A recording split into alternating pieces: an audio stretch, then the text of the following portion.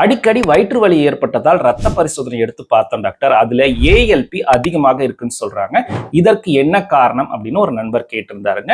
ஏஎல்பியினுடைய விரிவாக்கம் அல்கலைன் பாஸ்பட்டேஸ் அப்படின்ற என்சைம் தாங்க. இது அதிக அளவு கல்லீரல்ல இருக்கு. அது மட்டும் இல்லாம எலும்புகள், சிறுநீரகம் உள்ளிட்ட பல உறுப்புகள்ல இருக்குங்க. இந்த பகுதியில் இருக்கக்கூடிய திசுக்களுக்கு அழிவு ஏற்படும் போது ஏஎல்பி ரத்தத்துல அதிகமாகுங்க. உதாரணங்கள் அப்படின்னு பார்த்தோம்னா ஃபர்ஸ்ட் கல்லீரல் சம்பந்தப்பட்ட பிரச்சனைகள், ஹெப்படைட்டிஸ் பிரச்சனை, சிர்ரோசிஸ், அது மட்டும் இல்லாம கல்லீரல் செயலிழப்பு பிரச்சனைகள்ல அதிகமாகும். அது மட்டும் இல்லாம பித்தத்தை எடுத்துட்டு போகக்கூடிய டியூபுகள்ல அடைப்புகள் இருக்கு, இல்ல கற்கள் இருந்தா கூட ஏஎல்பி ரத்தத்துல அதிகமாகுங்க.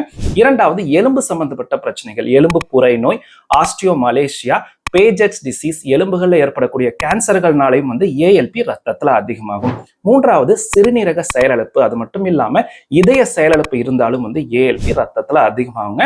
நம்ம பிரெக்னன்சி சமயத்துல பிளாசண்டா ஏஎல்பியை உற்பத்தி பண்ணும். அதனால பிரெக்னண்டா இருக்கிறவங்களுக்கு ஏஎல்பி ரத்தத்துல அதிகமாகும்.